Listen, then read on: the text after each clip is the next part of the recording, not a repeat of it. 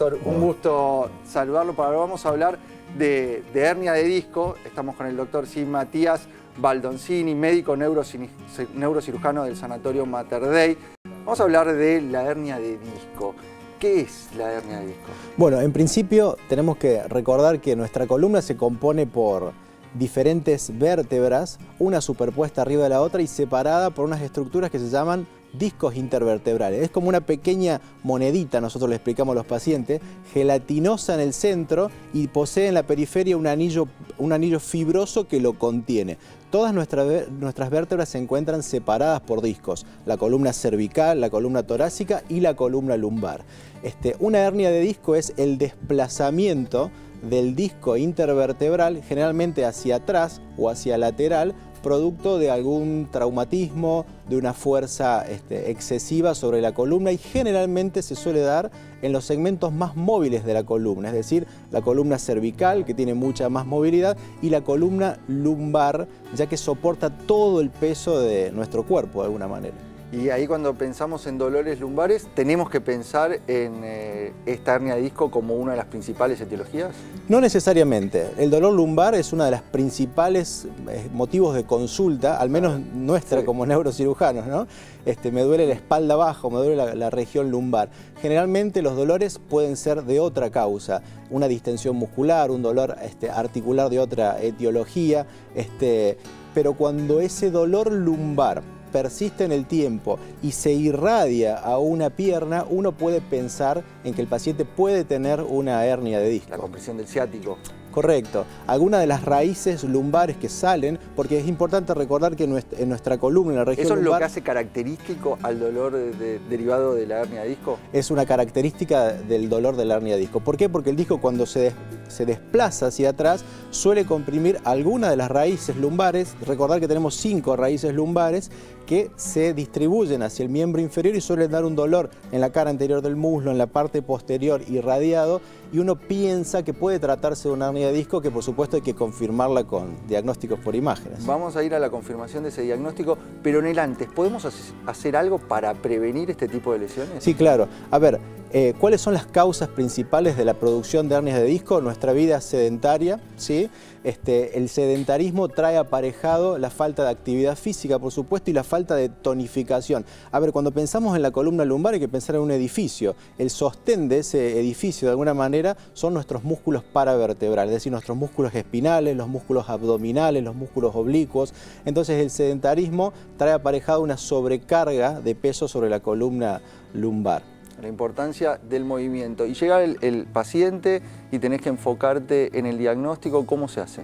Generalmente lo principal es el examen físico, ¿sí? Hay algo que nos han enseñado de los primeros años de medicina: la clínica es soberana, el examen físico del paciente. Hacemos ciertos movimientos dentro del consultorio, en principio, y después el estudio indicado para estos casos es la resonancia magnética de columna lumbosacra.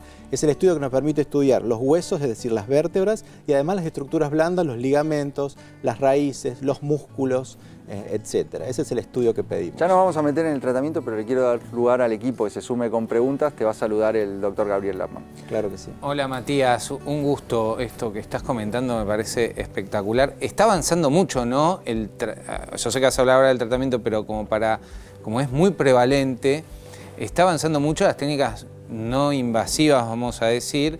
Y, digamos, ¿qué es lo nuevo que viene? Porque realmente la gente le preocupa mucho operarse la columna, ¿no? Digamos, creo que es la última opción a llegar, como para darle tranquilidad a las personas, que esto es tan frecuente, lo veo, aparte de una causa de dolor. Digamos, ¿qué novedades vienen en el mundo, en los tratamientos menos invasivos de esta patología? Bueno, como dijiste, Gabriel, siempre se va de modo escalonado. Exactamente. La primera indicación es kinesiología, analgésicos.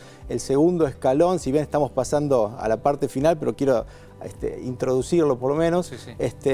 generalmente con los pacientes que no mejoran con tratamiento analgésico, con cambios en el estilo de vida y kinesiología, se pueden indicar bloqueos, es decir, llegar con una pequeña aguja de modo percutáneo y ambulatorio. El paciente se va a su casa en el momento y se puede hacer un bloqueo farmacológico, colocando un fármaco para desinflamar la zona donde está la hernia de disco.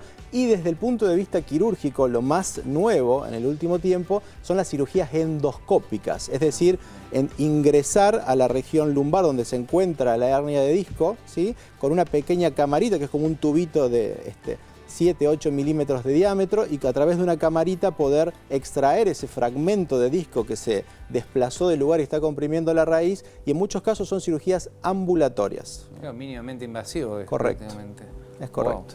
Wow. Hoy en día la evolución y la recuperación de este tipo de procedimiento, si es ambulatorio, imagino que el post es mucho mejor. El post es mucho mejor. Mientras menos invasivo uno sea con la columna, mejor. Nuestra columna está diseñada para no ser operada. Hay muchos casos que uno tiene que intervenir porque el paciente no puede, no logró calmar su dolor previamente. Entonces, mientras menos invasivo uno sea, es decir, respetando los ligamentos, respetando las articulaciones para conservar la estabilidad de ese paciente, que por otro lado son mayoritariamente pacientes jóvenes. Sí. Las hernias de disco se dan en pacientes que en la población que está laboralmente activa, entre los 35 y 55 años. Entonces, es un paciente que tiene que seguir teniendo una vida útil fisiológicamente durante muchos años. Entonces, mientras menos invasivo uno sea, mejor. El deporte, porque este grupo que mencionás, que suele estar activo, tiende a influir en esa cirugía, en ese requerimiento quirúrgico, y cómo es la evolución de aquellos que hacen actividad y aquellos que no y tienen esta lesión.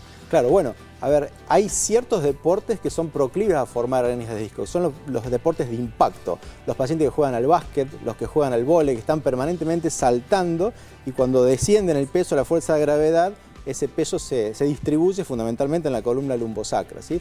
Entonces, generalmente los pacientes que hacen ese tipo de deporte los primeros meses se recomienda no realizarlos para que se produzca el proceso de cicatrización en el disco que se hernió, ¿sí?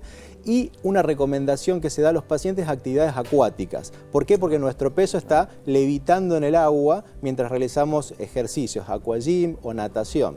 Y siempre en los pacientes indicamos una rehabilitación kinésica después de la cirugía y refortalecer los músculos lumbares, ¿sí? Es decir, trabajar mucho los músculos paraespinales y abdominales para darle más sostén a esa columna. Matías, tenemos que ir dándole un cierre, pero me gustaría tu mensaje a aquellos que tienen el diagnóstico de hernia de disco, están tratando de encontrar una solución a este problema que les genera tantas molestias. Tenés la cámara ahí para hablarles directamente.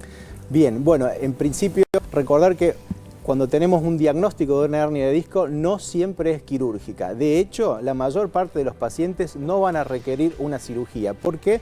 Porque ese disco tiende a ir perdiendo líquido a medida que pasan las semanas, es decir, deshidratándose, y lo que se deshidrata se va contrayendo. Entonces, generalmente esos pacientes no requieren una cirugía en la gran mayoría. Hay un porcentaje muy pequeño que sí, una vez que se cumplen las instancias, pueden llegar a requerir una cirugía, pero es un porcentaje muy chico. Entonces, la recomendación general, realizar actividad física, comer muchas proteínas, como mencionábamos recién, nuestros músculos necesitan proteínas, realizar actividad física y evitar el sedentarismo y, por supuesto, ante un dolor en la región lumbar, consultar con un especialista para poder hacer un diagnóstico adecuado y un tratamiento oportuno. Muchas gracias, Matías, por tu visita y tu claridad. El doctor Matías Baldoncini, médico neurocirujano del Sanatorio Mater Dei. Y ustedes son los principales protagonistas de ADN Buena Salud con sus preguntas.